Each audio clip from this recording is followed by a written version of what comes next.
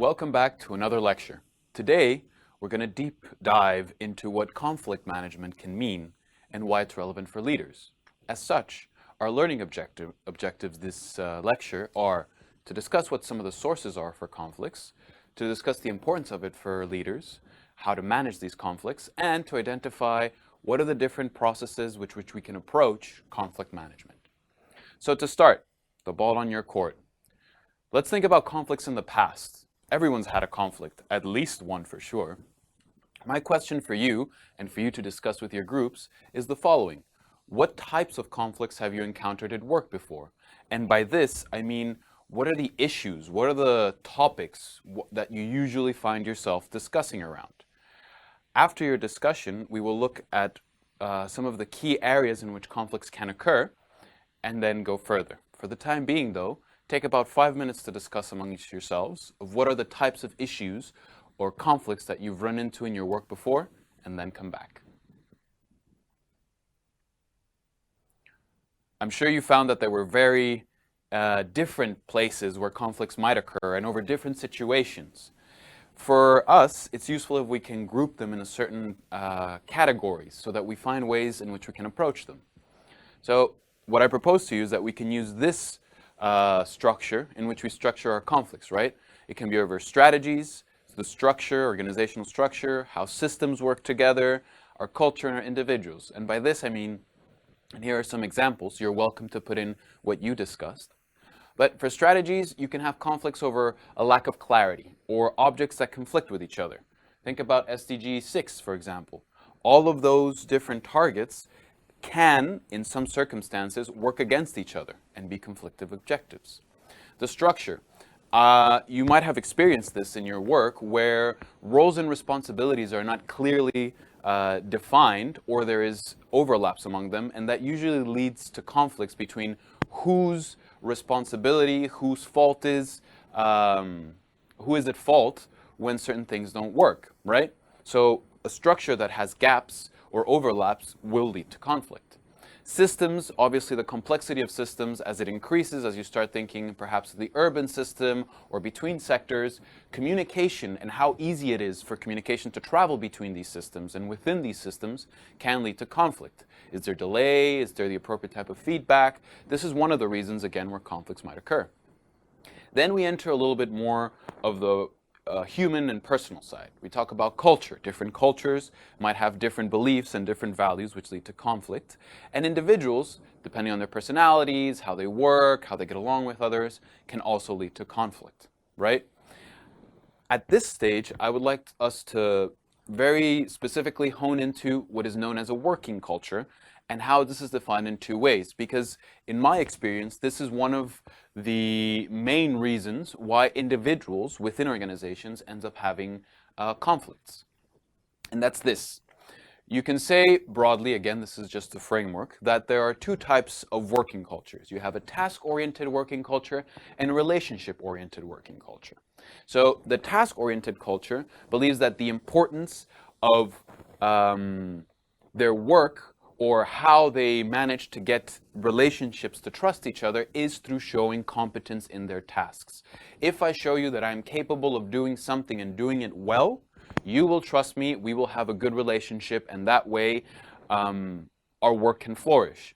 Relationship-oriented cultures think that the relationship between individuals is more important than the actual outcome that comes from the work. And so they believe and work on strengthening the relationships between each other and avoiding friction in the relationships with each other in order to ensure that trust continues. So some of the characteristics of these are here. And you'll see that a lot of the things that has to do with how direct the task culture is versus how indirect the relationship oriented culture is. My question for you, and for you to discuss amongst yourselves, is which one do you belong to? Which resonates more to you? And is it always the same? Are you always a task-oriented person? Or does it change if you are doing things with your family as opposed to your colleagues or your friends? Take some time to discuss and then come back. Now that we've covered one of the main issues in where working cultures can come into conflict, it's time for us to discuss why conflict matters for leaders. Why do you think it matters? Why is it relevant for leaders to be agile at conflict management? If I had to say it, it's because in one way, conflicts are inevitable. We will have different views, different experiences, different paths forward, and it'll be necessary for leaders to be able to manage these different ideas. The reason behind this is because managing a conflict can be, on the one hand, if the conflict is starting already, to find a peaceful solution and ensure that the conflict doesn't deter from the goals that we're trying to accomplish, the vision we're trying to get to. And finding agreements among people can avoid later barriers, perhaps not in this project, but in later ones, or not in this program, but later ones, not today, but tomorrow. So it's very important for leaders to recognize conflict, be willing to take it on as a space for discussion and growth, and then move towards it, right? Find a way to resolve it effectively. Now it's time to crash into the water once again. What you're going to do now is you're going to evaluate a situation that is an escalating conflict between the coordinator of the WASH platform, which is in the national government, and a recently arrived international professional who is working with an NGO and is having difficulties with the coordinator of the WASH platform. You will read this situation and analyze what suggestions or what activities you could do if you were to take the point of the co-chair, that is, the person that supports the chair of the WASH platform. Work this in groups. The lecture will provide your outlines and the summaries of this exercise, and when you're ready, come back. So, did you identify different consequences?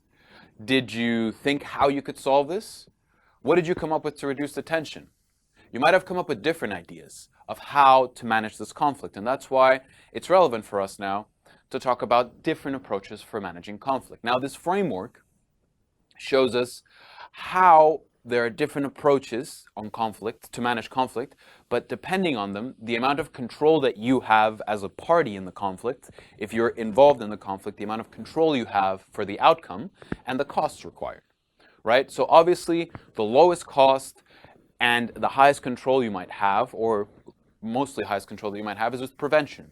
If you find ways to prevent conflicts, you don't have the costs that go into conflicts in terms of resources, time, and so on, and you still have control over what the outcome might be. Negotiation is when you have recognized that there's a conflict and the two parties involved come together to discuss how they can move forward, right? When these cannot be solved by the two parties, you can then move into mediation or arbitration. So mediation is when you bring in a third party that helps facilitate the discussion, that makes sure that you stay on track, but they do not play the role of a judge. They do not end up saying, this is the way things should go, and thus mediations are rarely, if ever, legally binding. In arbitration, you bring in a third person who will act as a judge. Their outcome could be legally binding, but at this stage, you haven't actually called in, let's say, the full force of the law, right? This is just a third party that's come in to help you arbitrate. Litigation is when you actually take access into the judiciary system, and then the following ones, coercion, unilateral action, and all-out wars, are much more aggressive circumstances where your control of the outcome severely decreases and the costs of engaging in these things skyrocket, right?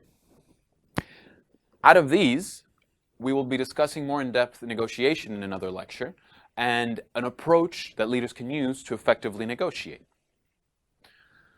Going back into conflict, though, it's not always bad, right?